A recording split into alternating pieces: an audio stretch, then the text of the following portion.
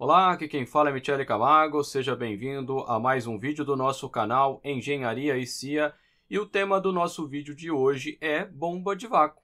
Nós vamos falar o que é uma bomba de vácuo, o princípio de funcionamento e os principais tipos de bombas de vácuo. Mas antes da gente começar, quero te convidar a curtir esse vídeo e a compartilhar esse vídeo, que assim você vai estar ajudando na divulgação do nosso canal. E se você já tem sido ajudado pelos nossos vídeos e quer nos ajudar ainda mais, você pode se tornando membro do nosso canal. Como membro, além de nos ajudar, você também tem acesso a vídeos e a materiais exclusivos. Então clique em Seja Membro e verifique a modalidade que melhor lhe agrada. Bom, sem mais delongas, vamos então ao tema do nosso vídeo de hoje sobre a bomba de vácuo. Primeira pergunta é: o que é bomba de vácuo? Bomba de vácuo é um equipamento que gera vácuo. E o que seria gerar vácuo? Então, surge a pergunta: o que é vácuo? A segunda pergunta que nós temos é: o que é vácuo? Para a gente definir o que é vácuo, a gente tem que falar de uma definição muito importante ali na mecânica dos fluidos, na termodinâmica, que é o conceito de pressão absoluta e um segundo conceito de pressão efetiva. Pressão absoluta, lá da definição, ela é dita como aquela pressão que é medida a partir do zero absoluto, enquanto que a pressão efetiva ela é medida a partir da pressão atmosférica. Então, eu vou ter a pressão atmosférica, todo mundo que está no planeta Terra está sujeito à pressão atmosférica do planeta. Então, se eu tenho um manômetro, a pressão vai estar indicado zero. Se eu tenho um sistema pressurizado, a pressão vai ser maior do que zero, 1 bar, 10 bar, 15 bar, 50 bar, 1 milhão de bar. Ou a pressão pode estar abaixo da pressão atmosférica, que aí a gente chama de pressão negativa ou pressão de vácuo, ou ainda, mais simplificadamente ainda, vácuo. Então, quando eu quero ter uma pressão negativa, eu preciso gerar um vácuo. E como é que eu gero esse vácuo? Que é a segunda pergunta. Como é que se gera vácuo? O vácuo ele é gerado a partir da remoção do ar que eu tenho no meu sistema. Então, do ar ou gases, mas normalmente o ar. Eu tenho um sistema, um reservatório, e aí eu estou com a pressão atmosférica dele. Como é que eu consigo derrubar a pressão desse reservatório? Para derrubar a pressão desse reservatório, eu tenho que remover os gases dentro desse reservatório.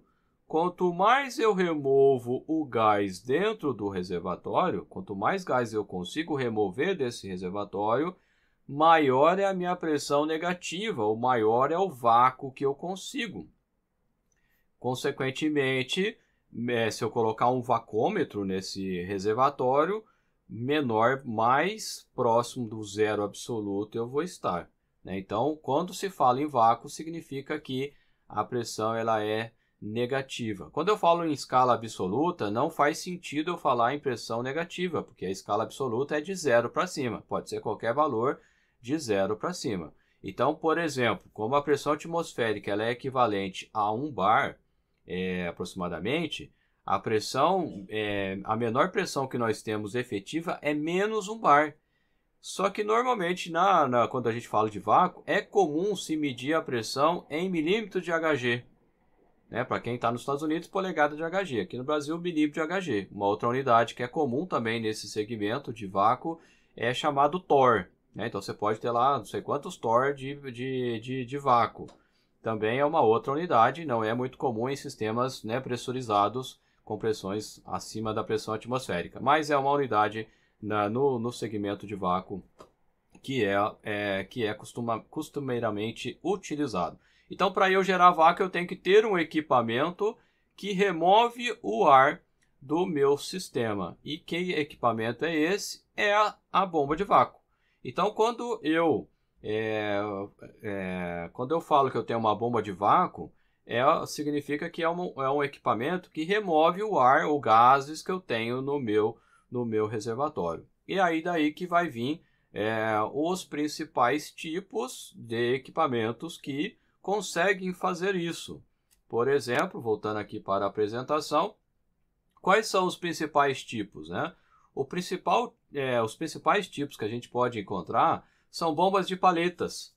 Então, as bombas de paletas, como nós estamos indicando aqui nessa animação, paletas são elementos mecânicos que eles, ora, estão mais dentro da ranhura, ora, estão mais fora da ranhura. Seguindo, né, assim como a bomba de paletas, a bomba de vácuo de paletas, elas têm um rotor que é excêntrico à carcaça. Então, o que acontece? Aqui vai entrar o princípio de funcionamento e todas as bombas vão ter mais ou menos o mesmo princípio. O que acontece aqui nessa parte superior, né, onde eu tenho o gás aqui? Ele entra numa região que eu tenho um volume mais baixo. À medida que a paleta, né, que o rotor vai girando, a paleta vai sempre encostando na carcaça, esse volume vai aumentando. E aí existe um princípio termodinâmico que diz que quando eu tenho um aumento de volume, eu tenho a queda da pressão. Então significa o quê?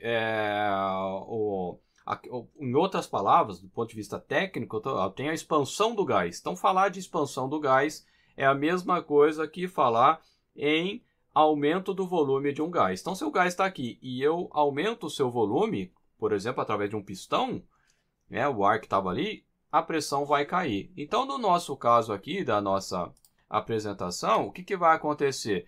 Quando a paleta se move, esse volume aumenta, ele gera uma pressão negativa aqui e o ar vai sendo succionado, digamos assim, para dentro da bomba de paletas, aqui no caso, bomba de vácuo de paletas. Só que chega um determinado instante aqui, que o volume que aumentou começa a diminuir. É quando a gente tem a parte da compressão. Então, toda a bomba de vácuo, deixa eu colocar grande aqui, toda a bomba de vácuo, ela tem uma região, digamos assim, uma área onde eu tenho a depressão, ou seja, eu tenho uma queda da pressão por conta do aumento do volume. Com isso, as moléculas de ar, de gases, são succionadas para dentro do equipamento. Na verdade, é a pressão maior que empurra, né? Mas só para entender, a gente está falando de succionar.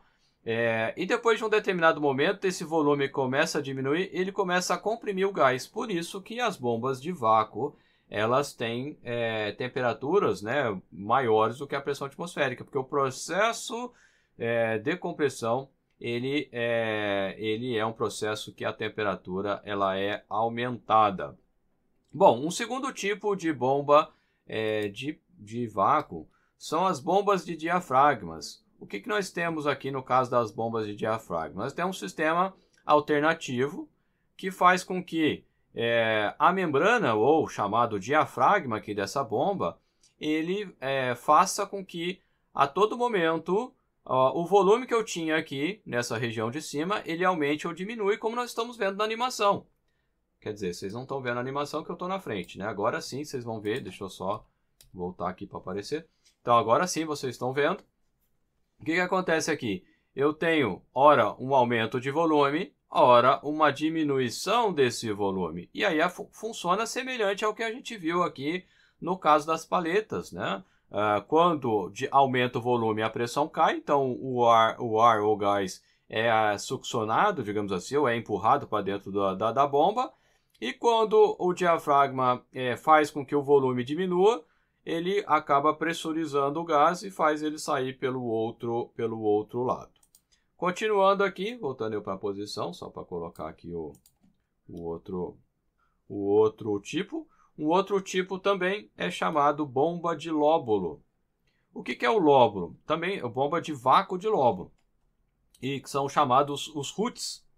A gente tem empresas, por exemplo, no mercado brasileiro aqui, que é como, por exemplo, a Almel, que fica em Guarulhos, aqui próximo a São Paulo, que fabrica esses compressores tipo RUTs.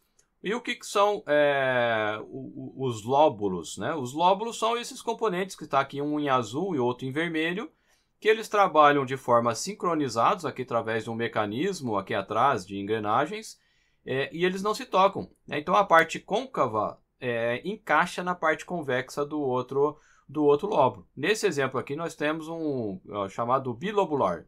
Existem, né, equipamentos que são trilobulares. Eu tenho 3 zonas, digamos assim, de encaixes entre os dois os dois elementos aqui. Então, o que acontece? Em função do movimento aqui, tem hora que o volume que está aqui na frente ele aumenta e tem hora que ele diminui. Então, quando ele aumenta, o ar, ou o gás vai ser succionado e depois ele acaba sendo aprisionado aqui pelo equipamento. E nesse aprisionamento aqui, nesse caso o equipamento aqui funcionaria de baixo para cima, seria o fluxo aqui. Então, à medida que ele aumenta o volume, o ar entra. Depois ele é aprisionado aqui entre o lóbulo e a carcaça e depois descarregado. Isso acontece dos dois lados do equipamento, né? Então, esses equipamentos aqui, as bombas de vácuo de lóbulo, também são chamados ou também são aplicados como sopradores, né? É o mesmo equipamento, né? Só que ele trabalha na função, né, de soprador, tipo um compressor, só que pressões costumam ser baixas, da ordem de 1 bar, ou ele trabalha como bomba de vácuo também, né? E por fim, um dos tipos mais comuns na indústria é a bomba de vácuo de anel líquido. Essa bomba aqui ela é bem interessante, que ela tem aqui um rotor que tem umas paletas, as pás, né, desse rotor aqui, e que funciona que esse rotor ele é excêntrico em relação à carcaça e é chamado bomba de anel líquido. Por quê? Porque eu vou ter um anel formado por um líquido. O mais comum é a água, mas pode ser usado outro líquido também. Mas o mais comum, o mais aplicado é a água. O que acontece? Você tem à medida que o rotor começa a girar, ele expulsa, digamos assim, a água e faz a água ficar nessa região externa. E aqui na região interna do rotor, a gente tem um volume que ora aumenta, como está acontecendo aqui, na metade até aqui nessa região eu tenho um aumento de volume, que faz aquele efeito de aumentar o volume, diminuir a pressão e etc e tal. A partir daqui desse ponto aqui, de mais baixo para frente, ele começa a comprimir e aí ele descarrega, né, por esse bocal aqui. Aqui eu tenho a entrada só de gás e aqui eu tenho o descarregamento de água mais gás. E depois esse água e gás é separado, né, através de um mecanismo lá de separação, e aí a água segue seu caminho e o ar ou gás, né, segue o seu caminho também. O que é interessante desse tipo de bomba de anel líquido é justamente pensando na água, né, em relação à temperatura da água. É um ponto importante desse equipamento, porque se não for observado, você vai ter o efeito da cavitação acontecendo de maneira bem radical, né? Chega a detonar o equipamento como um todo, né? Então, resumindo, é isso, né? Se a gente for resumir agora o nosso vídeo aqui, o que é bomba de vácuo? São equipamentos que conseguem gerar vácuo. O que é gerar vácuo? Gerar vácuo é gerar uma pressão negativa no meu sistema. E como é que eu gero esse vácuo? Eu tenho que remover o ar do meu sistema. Quanto mais ar eu consigo remover, ou ar ou gases, né? Quanto mais eu consigo remover esses gases, menor vai ser a pressão do meu sistema, e o máximo teórico é a pressão de vácuo absoluto. Por que eu estou falando máximo teórico? Porque para você chegar em zero de vácuo absoluto é bastante complicado.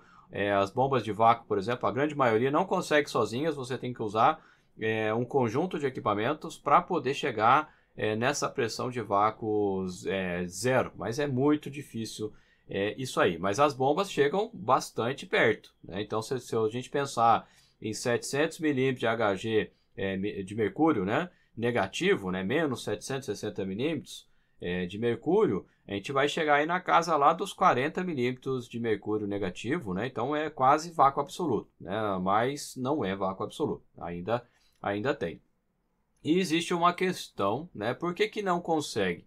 Esse é um ponto importante das bombas de vácuo. Diferentemente das bombas convencionais, vamos pensar aí numa bomba centrífuga, que você fala assim, eu estou bombeando 10 litros por segundo, 15 litros por segundo, 1 milhão de litros por segundo. É sempre constante, porque você sempre tem a água ali, o produto ali passando pela bomba. No caso de vácuo, não. Por que acontece? Digamos que eu tenho mil átomos, né, 1000 partículas, 1000 moléculas de gás dentro do meu reservatório.